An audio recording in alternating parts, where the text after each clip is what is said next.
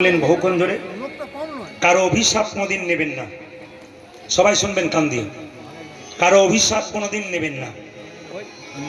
যাত্রার অভিশাপ কিন্তু লাগে না। যাত্রার অভিশাপ লাগে না। যিনি কৃষ্ণ ভজন করেন, ভক্ত মানুষ, সাধক মানুষ, সে যদি কাউকে কোন রকম একবার অভিশাপ দেয় না, কিন্তু দিয়ে যদি ফেলে লাগবেই। আপনার বাড়িতে কাউকে আপনি দিনের পর দিন অত্যাচার করছেন, চুপ করে আছে, এক সময় চুপ করে থাকতে থাকতে যেন হঠাৎ করে আপনাকে অভিশাপ দিয়ে দেবে, আপনার লাগবে, পাক্কা লাগবে। আমি প্রমাণ দিয়ে দেবো আপনাদেরকে, একবার জীবন্ত প্রমাণ। সবাই শুনবেন যে যেখানে বসে আছেন। আমি ক্লাস 7-এ পড়ি। আমার পাশের বাড়িতে একজন ভদ্রলোক, ভদ্র মহিলা, তার একটি ছেলে, তার মাকে খেতে দেয় না। যারা খেতে দেন না তারা শুনবেন, আর যারা দেন তারাও শুনবেন। তার মাকে খেতে দেয় না, মায়ের বয়স 80 বছর। পাড়ায় পাড়ায় সব দিনের পর দিন দিয়ে দিয়ে যায়, আর নির্লজ্জ ছেলেটা চুপচাপ তাকিয়ে তাকিয়ে দেখে, দেয় না, কিন্তু পাড়ার মানুষ দিয়ে যায়। একদিন কথা কাটাকাটি হতে হতে বৌমাটি তার শাশুড়িটাকে গিয়ে, আগে শিল নোড়া ছিল না, শিল শিল জানেন তো, শিল জানেন তো, মশলা মাথা আসতে, সেই নোড়াটাকে নিয়ে গিয়ে হাতে ছুঁড়ে দিল। 80 বছরের বয়স। ওই বৃদ্ধাকে যখন ছুঁড়ে দিল, তাকাবেন মায়েরা, হাতটা ছিলে গেল। আমি তো ক্লাস 7-এ পড়ি, একবার জীবন্ত প্রমাণ। ওটা হাতটা ছিলে গেল, রক্ত বেরোল। আর বুড়িমা যে বাড়িটা থাকতো, ছোট্ট না চালের ঘর, মানে সেই গমের কাঁচকি দিয়ে তৈরি করা, একবারে ছোট্ট, এইটুকু দেওয়াল, 5 ইঞ্চি মাটির। বৌমাটি গিয়ে শিলটাকে গিয়ে দিয়ে দিল, ধারাস করে ভেঙে গেল, আগুন জ্বালিয়ে দিল ঘরটাতে। বৌমাটি রাগে ক্রোধে।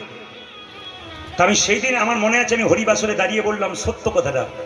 ক্লাস 7-এ পড়ি। ওই বুড়িমা সেদিন বলে উঠলো, কোনদিন কোনো প্রতিবাদ করে না, সেদিন বলে উঠলো, বউ তুই যে আমার হাতে এরকম করে দিলি না, একদিন তুই এ ঘরে আর বাস করতে পারবি না, তুইও পচে পচে মরবি। আর তুই যে বাড়িটা আমার আগুন জ্বালিয়ে দিলি, তখন তো সবার ঘরের বাড়ি ছিল, বউয়েরও ঘরের বাড়ি ছিল, বিরাট ঘরের বাড়ি। তোর এই ঘরের বাড়িটা একদিন দাও দাও করে জ্বলবে, হাজার হাজার লোক দেখবে। বিশ্বাস করবেন না আপনারা, তার একটি মাত্র ছেলে, এইটুকু ছিল। আস্তে আস্তে বড় হলো, অন্য জাতির মেয়েকে বিয়ে করলো। ও এসে আবার এর সঙ্গে মিল হয় না। একদিন দুপুরবেলায় আমি টিউশনি পড়ছি, প্রায় 10টা বাজছে, সকাল থেকে টিউশনি পড়ছি, হঠাৎ দেখতে পাচ্ছি আগুন আগুন আগুন আগুন। সেই বউটা কেরোসিন তেল নিয়ে, মানে একতলার উপরে খড়ের যে বাড়ি, সেখানে আগুন জ্বালিয়ে দিয়েছে, গোটা বাড়ি দাও দাও করে জ্বলছে।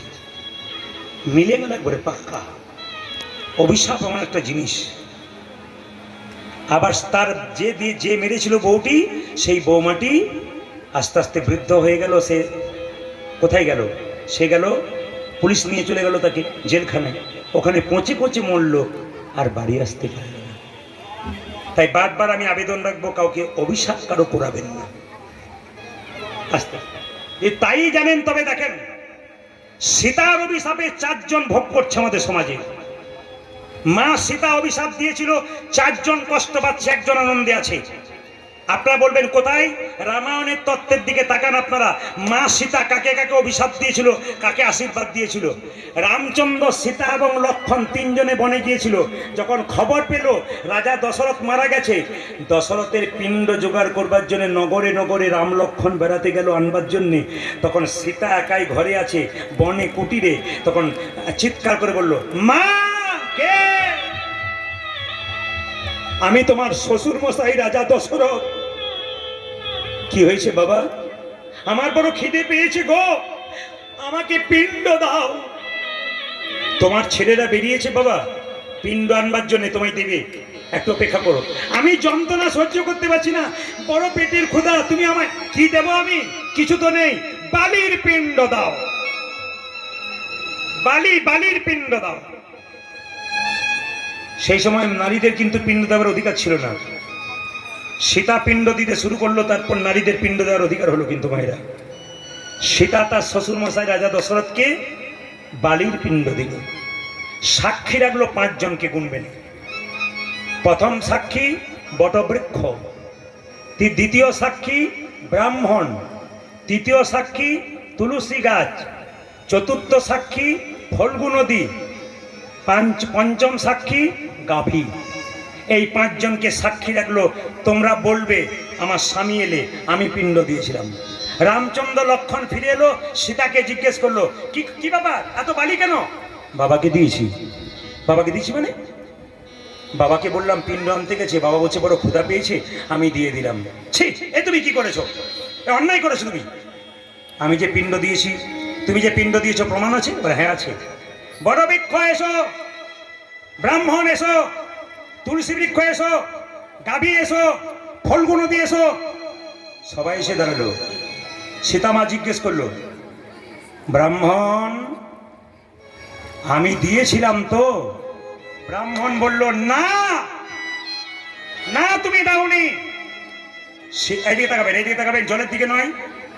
যখন এলো তখন বানভাসি হয়ে গেল না, কি বলছেন? একটু রাখুন, ওখানে রাখুন। এখন এখন দেবার দরকার নেই, আমি বলে নিই তারপর এটা সব চলে যাবে, মানে ব্যাপারটা চলে যাবে বলতে বলতে আর কি। আপনারা একটু থাকুন, আবার দেবেন আস্তে। ওইখানে ওখানে স্টপ রাখুন। কি বললাম? ব্রাহ্মণ বলল, না তুমি পাণ্ড দাওনি। তুলসী বৃক্ষ, না তুমি দাওনি। ফল্গু নদী, না তুমি দাওনি। গাভী, না তুমি দাওনি। বট বৃক্ষ, হ্যাঁ মা তুমি দিয়েছো, আমি সাক্ষী ছিলাম, আমি সাক্ষী, তুমি দিয়েছো।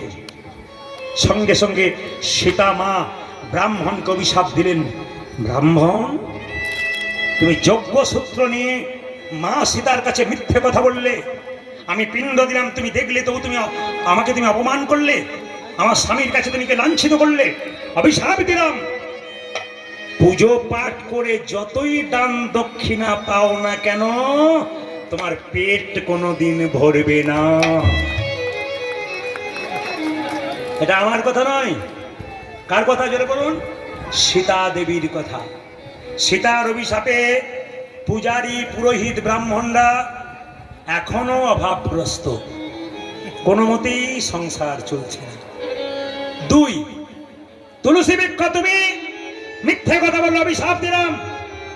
তুমি এখানে সেখানে জন্ম নেবে, তোমার পাতা গোবিন্দ সবাই লাগবে, কিন্তু বন্য পশু পাখিরা তোমার উপরে প্রস্রাব পায়খানা করে তোমাকে মাঝে মাঝে অপবিত্র করে দেবে, কিন্তু তবু তুমি পবিত্র থাকবে, যেহেতু তুমি গোবিন্দ সেবায় লাগবে।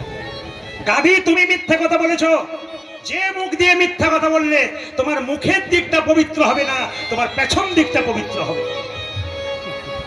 গাভীর পেছন দিকটা পবিত্র, দুধ আর কি গোমূত্র, গোবর, কিন্তু মুখ দিয়ে মিথ্যা কথা বলেছে বলে যদি গাভী কোনো কিছু এটো করে দেয়, ওটা কিন্তু আর গোবিন্দ সেবায়। ফল্গু নদী তুমি মিথ্যা কথা বলেছো, অভিশাপ দিলাম, তুমি অন্তঃসলীলা হয়ে যাও। বর্ষাকালে সব নদীতে জল অথই বান ভরবে, তুমি চিরকাল শুকনো রয়ে যাবে। তোমার ভেতরে জল, তাকান, তোমার ভেতরে জল থাকবে, বাইরে তুমি শুকনো থাকবে গো। বটবৃক্ষ মা আমায় অভিশাপ দিবে না, না গো, তোমায় আশীর্বাদ দিলাম, তুমি অক্ষয়। একটা পাতা খসে যাবার আগে একটা পাতা তোমার গজাবে, দেখে নেবেন। বট গাছকে দেখবেন, একটা পাতা খসে যাবার আগে একটা পাতা গজায়। আরো আশীর্বাদ দিলেন, ওগো বটবৃক্ষ, যখন পিণ্ড দেবে তোমার মধ্যে মানুষ লাল কাপড় দিয়ে বেঁধে তোমাকে সম্মান দেবে, আস্তে আস্তে আস্তে আস্তে। আর কি, তোমার যে ফল, সুমিষ্ট ফল, এই ফলগুলো পশু পাখিতে খেয়ে আনন্দ পাবে। তোমার যে ছায়া, গ্রীষ্মকালে মানুষ তোমার মধ্যে অবস্থান করে শান্তি লাভ করবে। মায়েরা, এই জন্য আশীর্বাদ পেতে হয়, অভিশাপ নয়। আজকে খুব ভালো লাগলো, আমার সবচাইতে ভালো লাগলো, আপনার তো কম বয়সের মায়েরা আছেন, কীর্তন শুনছেন, তিনজন বাবা আছেন, ওখানে বয়স্ক একজন কম বয়সের আছেন, বৈষ্ণব আছেন, কিন্তু এত ভক্তি ভরে ওনারা কষ্ট করে শুনলেন, কত ভক্তি দেখুন। ওনাদের জন্য একটু সবাই মিলে প্রণাম করুন, আর একবার প্রার্থনা করুন গোবিন্দের কাছে। নেতা এবার এখানে একজন বাবা আছেন, খুব ভালো বৈষ্ণব ভক্ত, না থাকলে কীর্তনের মজা হয়। দেখুন কি সুন্দর বসে বসে একবার ছোট্ট বাচ্চা ছেলের মতো কীর্তন শুনছে ভক্তি সহকারে।